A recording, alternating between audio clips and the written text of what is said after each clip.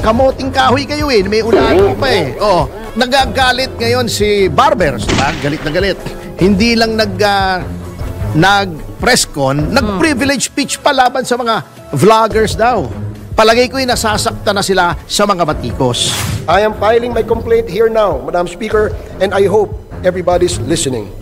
We have been targets of these possibly pogo and drug money-sponsored trolls and vloggers. I was just watching in the sidelines, waiting for some action from the PNP, the NBI, and the CICC. But I waited too long, Madam Speaker. I hope I'm not waiting in vain. Today, I am telling every peace-loving, truth-believing, and God-fearing good men and women of this country, let us not allow evil to triumph. Let us do everything for good to always reign on this land. To all you trolls and malicious vloggers, let me say this. It is all right to criticize us politicians. Kasama po sa trabaho at sa hazards ng public service yan. Pwede nyo kaming i-criticize hanggang magsawa kayo because we cannot be onion skin. You can criticize us all you want as long as your criticisms are anchored on the discharge of our official duties and functions. But when you cross the line, Madam Speaker, and impute malice on what we do and attack our persons, you cease to be protected by your constitutional rights. Ngayon, kung nagkakaroon ng backlash ang taong bayan, ay sapagkat nakikita yung kabulastugang ginagawa nyo. Walang pwedeng sisihin niya kundi kayo. Ngayon, kung tinitira kayo sa social media, kasalanan nyo yan. Kamoting kahoy kayo eh. May unahan ko pa eh. Oh. At saka nagagalit si Barbers, sinatawag daw yung mga miyembro na pangit. Hindi po yun ay paninira.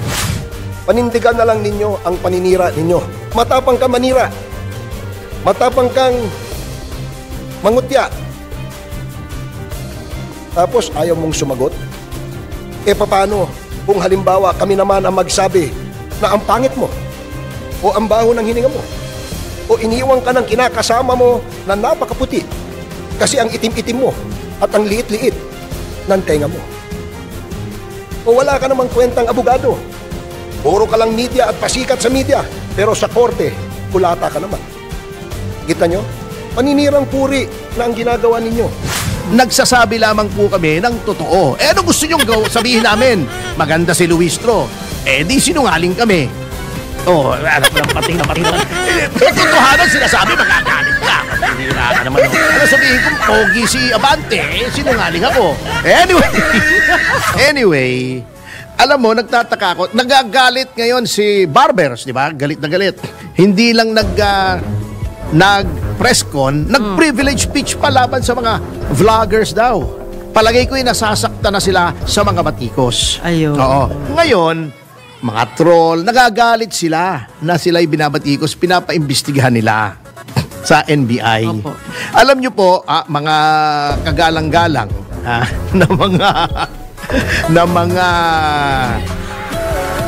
miyembro at chair ng Quadcom, at kung nagagalit po ang taong bayan, wala pong may kasalanan yan, kundi kayo. Alam nyo kung bakit? Sapagkat kayo po ay kung ano-anong pinagagagawa nyo nang babastos kayo ng witness. Nambubuli kayo, sinisigawan nyo mga tao roon, pinapahiya ninyo, plus inaabuso nyo yung contempt powers nyo. Ang ginawa nyo kay Atty. Lopez, kay Atty. Roque. Di ba? Puro kabastusan kayo eh. Ngayon, kung nagkakaroon ng backlash ang taong bayan, ay sapagkat nakikita yung kabulastugang ginagawa nyo. Walang pwedeng sisihin niya kundi kayo. Ngayon, kung tinitira kayo sa social media, kasalanan nyo yan. Kamoting kahoy kayo eh. May unahan ko pa eh. Ito nyo Alam nyo, may PR yung mga yan kaibigan ko. Hindi ko nasasabihin yung pangalan niya kasi sinabi kong hindi ko ibubuking, Opo. Pero nakatrabaho ko itong PR lang ito, babae. Dating girlfriend ng isang politiko rin. Okay. Tumawag sa akin. Sabi niya, attorney, sino bang gumagawa nitong PR ninyo? Kayo daw? Hindi, yung PR, yung mga sa social media lumalabas laban sa Quadcom. Early on pa to Okay po. Nung katatapos ko lang humarap doon kay Cassie Leong nung pinipigil nila akong kausapin yung kliyente ko. Kita yung kagaguhan yan, di ba? Pipigilin mo yung abogado. Kakala nila hindi napapansin yan eh. Kakala nila bida sila pag ginagawa nila. Kakala nila nagpapalakpakan yung mga tao. Nabibuisit sa inyo. Oh, sabi niya, sino bang gumagawa ng PR nyo? Bakit? Ang dami laban sa amin. Baka may troll farm yung mga pogo. Sabi ko, sige, alang-alang sa'yo, I will find out. So, nagtawag ako, meron ba tayong mga ganyan? Sabi ko sa kanya, di wala daw. Sabi niya, paano kami mag-troll farm yung pogo? Yung pinagsasabi nilang funded by pogo. Wala nang ang pogo eh. Kahit yung pogo ni Remulla sa Cavite, wala na, di ba? Oh. Dirat na sa dyaryo eh. Sinarhan na as of November 30. Sabi niya, paano kami magpupondo? Wala nang pogo. Sabi ko sa kanya, alam mo, walang nagpopondo. Bakit ang dami? Sapagkat galit sa inyo ang tao. Kahit anong PR mo dyan, sabi ko sa kanya, kahit anong galing mo, magaling kang PR, mangangamote kayo sa hearts and minds of the people kasi mali yung ginagawa ninyo. Alam niyo yung promo, parang produkto yan, yung Quadcom parang produkto. Dapat maganda na antimano ang inyong produkto. Katanggap-tanggap na sa taong bayan.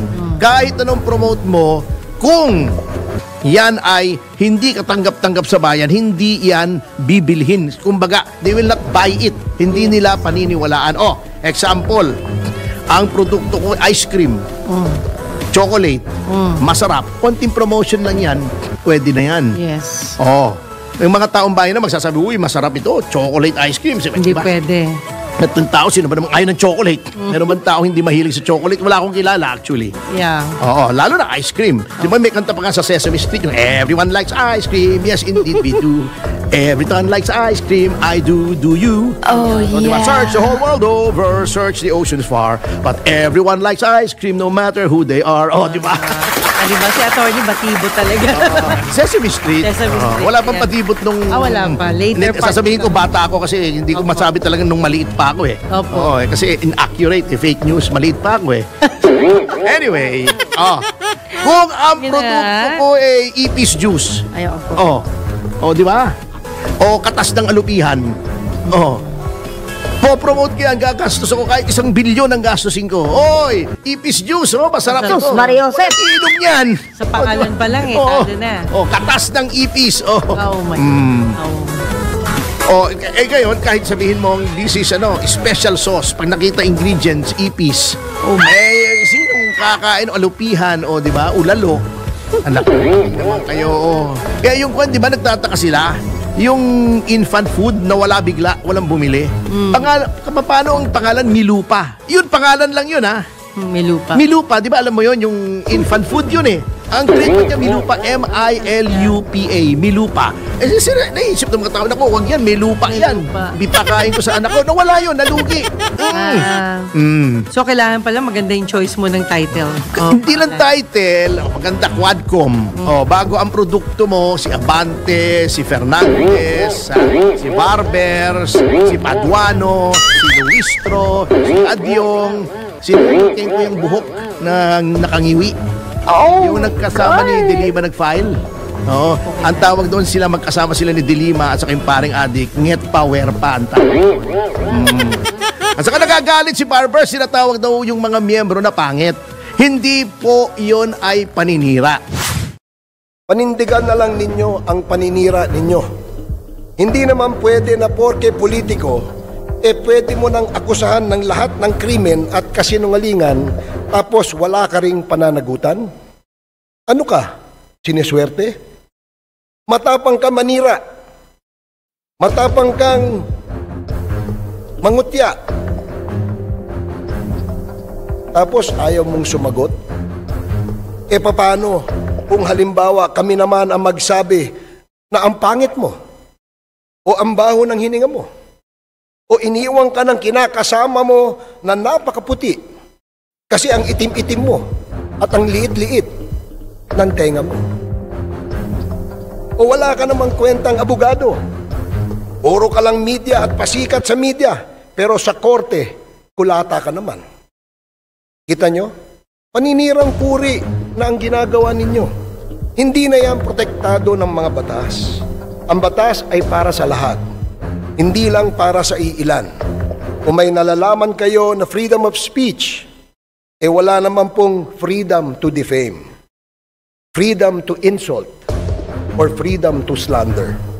Lahat ng freedom at karapatan ay hindi po absolute o walang katapusan. Kahit nga ang pinakauna at pinakaimportanteng right to life at liberty ay pwedeng alisin ng Estado upang pangalagaan ang buong lipunan at ang mga mamamayan nito. Nagsasabi lamang po kami ng totoo. Ano gusto nyong sabihin namin? Maganda si Luistro. Di sinungaling kami. Anak lang pating na pating. Totohanan sinasabi, magagalit ka. Magbihira ka naman. Ano sabihin kong pogi si Abante? Sinungaling ako. Anyway, sa notang yan ay nagbabalik po Grabe. ang ESSU Topacio.